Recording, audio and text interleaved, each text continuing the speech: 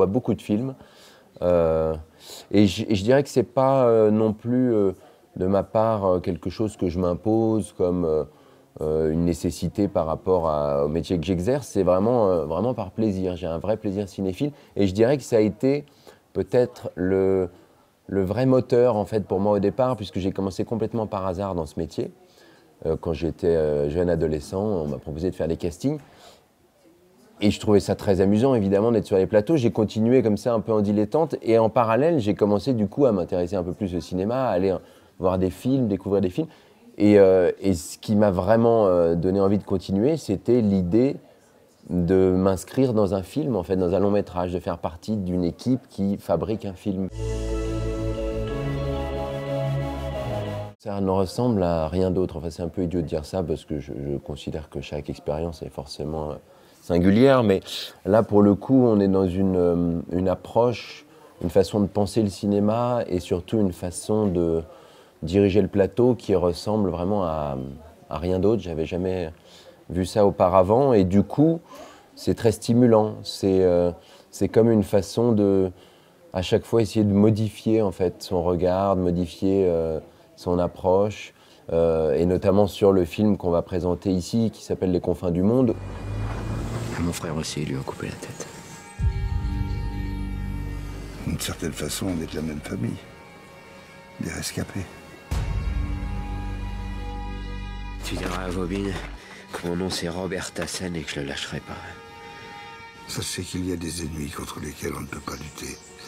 Et j'ai l'impression qu'en fait, il multiplie les contraintes, parce que pour lui, à un moment donné, j'ai l'impression que plus il y a de contraintes, plus il arrive justement à discerner un espace peut-être assez restreint, mais dans lequel il peut y investir une forme justement de liberté ou un souffle de liberté. Ouais.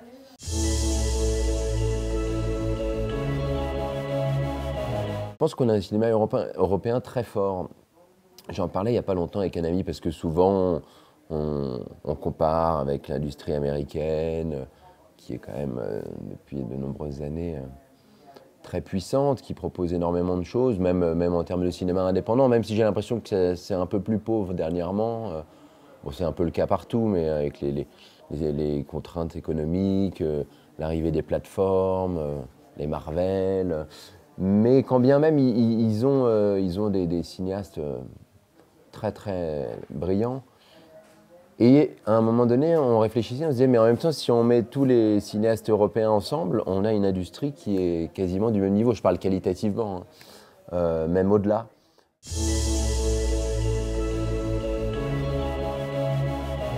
Qu'est-ce qui m'amène aux arcs? Bah, le ski et le cinéma. Je ne sais pas ce que je mettrais en premier.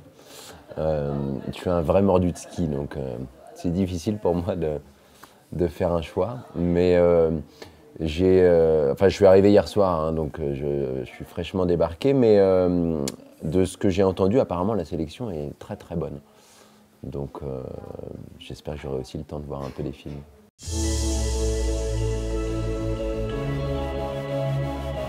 Pour moi, c'est quelque chose, c'est presque une identité, puisque j'ai une grande partie de ma famille qui est savoyarde.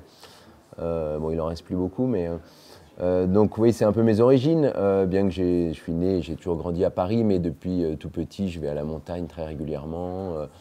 Et c'est vraiment quelque chose qui me manque de façon très manifeste quand j'y vais pas. Il y a des années où je peux pas y aller, et je ressens un vrai manque. Je trouve que c'est presque méditatif, en fait, quand je me retrouve d'un coup sur un télésiège et que je suis face à cette étendue de blanc. C'est quelque chose qui immédiatement me vide complètement la tête. Puis après, je suis, comme je disais, un vrai fanat de ski. Donc oui, il y a un appel très fort pour moi de la montagne.